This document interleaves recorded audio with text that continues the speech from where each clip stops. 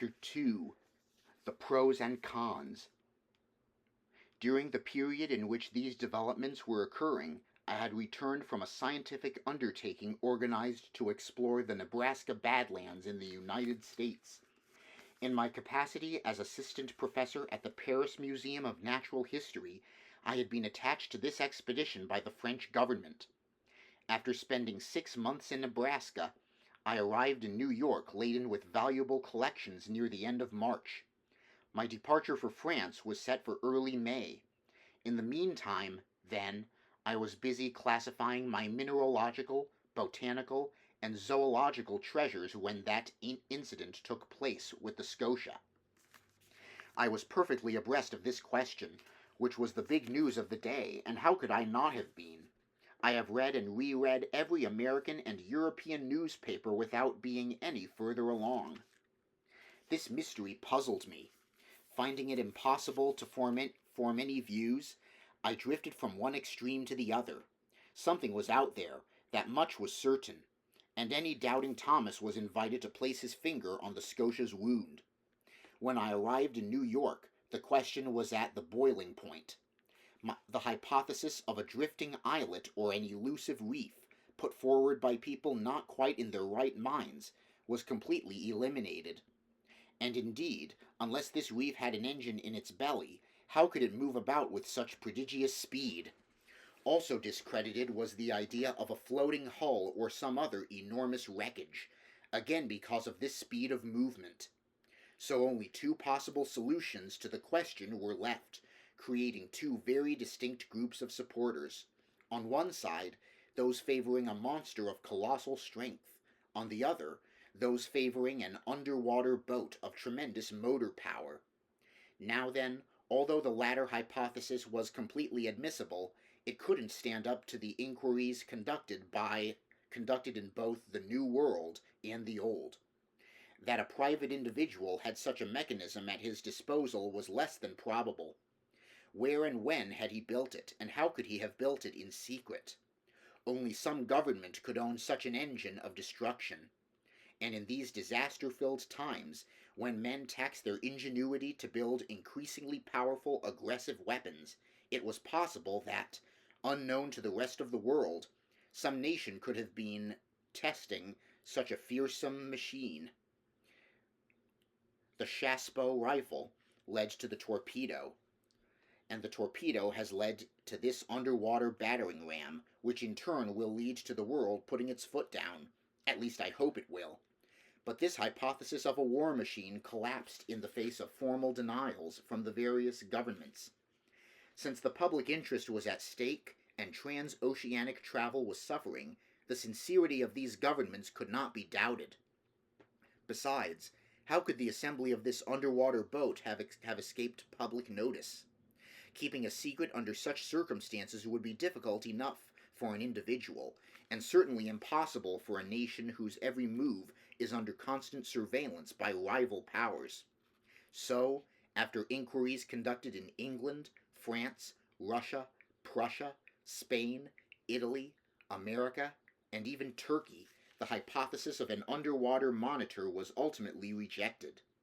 And so the monster surfaced again, despite the endless witticisms heaped on it by the popular press, and the human imagination soon got caught up in the most ridiculous ichthyological fantasies.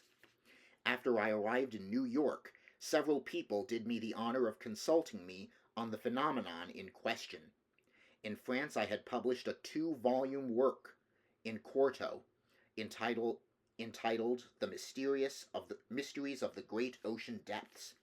Well received in scholarly circles, this book had established me as a specialist in this pretty obscure field of natural history. My views were in demand.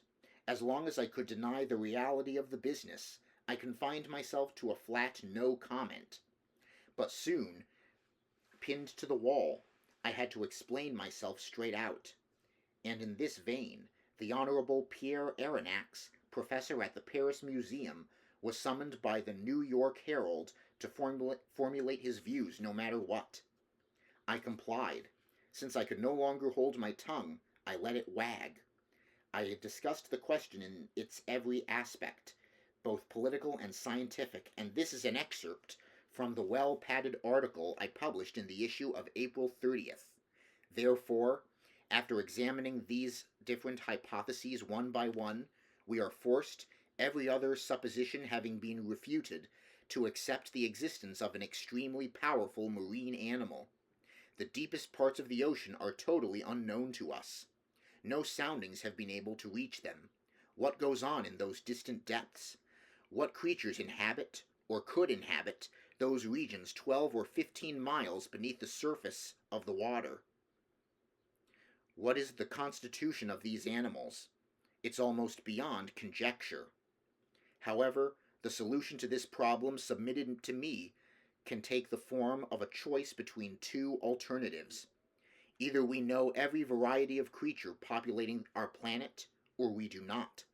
If we do not know every one of them, if nature still keeps ichthyological secrets from us, nothing is more admissible than to accept the existence of fish or cetaceans of new species, or even new genera, animals with a basically cast-iron constitution that inhabit strata beyond the reach of our soundings, and which some development or other, an urge or a whim if you prefer, can bring to the upper level of the ocean for long intervals.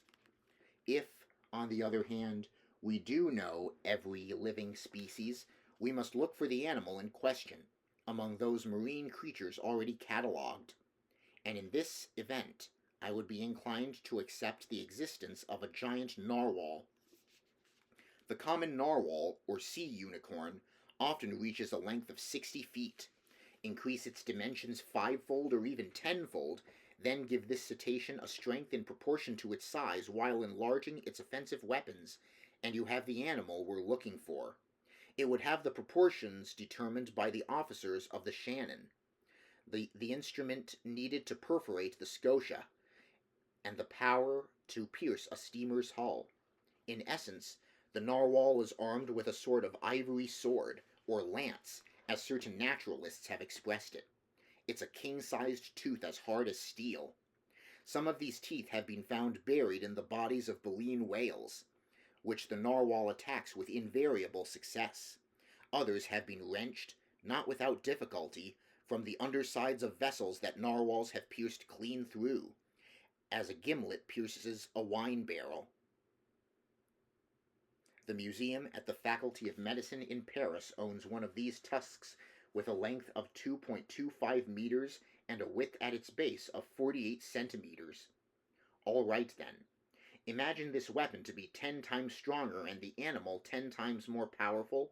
Launch it at a speed of 20 miles per hour, multiply its mass times the velocity, and you get just the collision we need to cause the specified catastrophe. So, until information becomes more abundant, I plump for a sea unicorn of colossal dimensions, no longer armed with a mere lance but with an actual spur, like ironclad frigates or those warships called rams, whose mass and motor power it would possess simultaneously. This inexplicable phenomenon is thus explained away, unless it's something else entirely, which, despite everything that has been cited, studied, explored, and experienced, is still possible. These last words were cowardly of me, but as far as I could, I wanted to protect my professional dignity, and could not lay myself open to laughter from the Americans, who, when they do laugh, laugh raucously. I had left myself a loophole.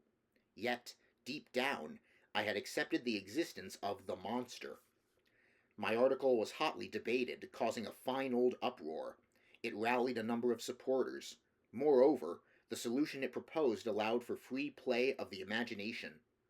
The human mind enjoys impressive visions of unearthly creatures, and indeed the sea is precisely their best medium, the only setting suitable for the breeding and growing of such giants, next to which such land animals as elephants or rhinoceroses are mere dwarves. The liquid masses support the largest known species of mammals and perhaps conceal mollusks of incomparable size or crustaceans too frightful to contemplate, such as 100-meter lobsters or crabs weighing 200 metric tons. Why not? Formerly, In prehistoric days, land animals, quadrupeds, apes, reptiles, birds, were built on a gigantic scale. Our Creator cast them using a colossal mold that time has gradually made smaller. With its untold depths, couldn't the sea keep alive such huge specimens of life from another age? This sea that never changes while the land masses undergo almost continuous alteration?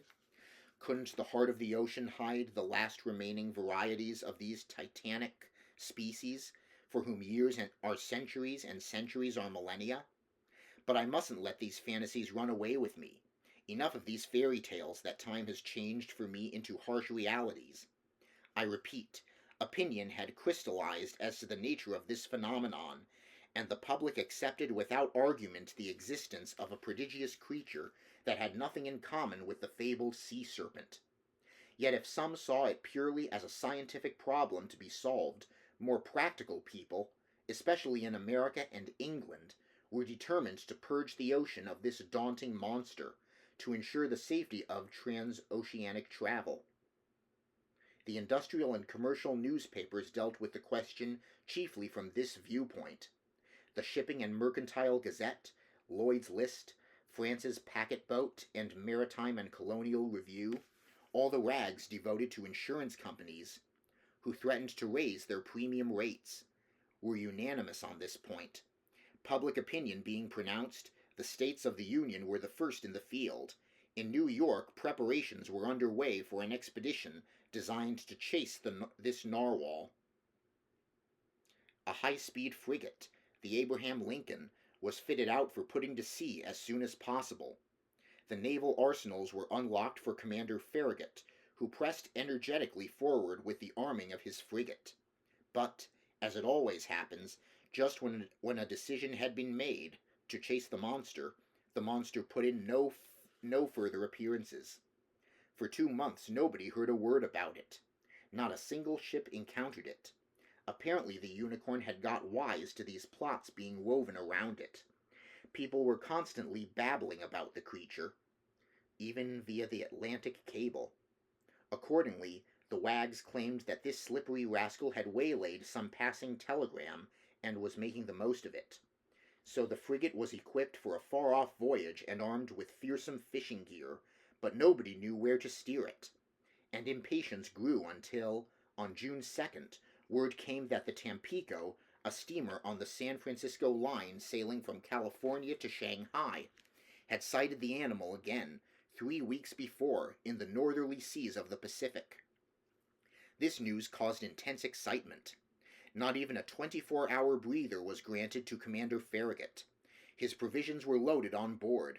His coal bunkers were overflowing. Not a crewman was missing from his post.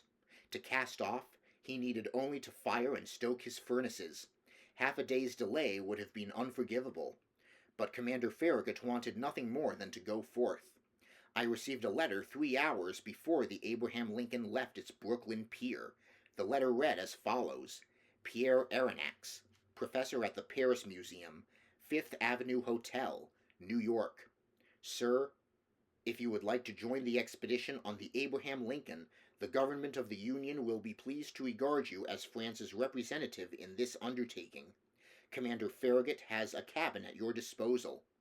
Very cordially yours, J.B. Hobson, Secretary of the Navy.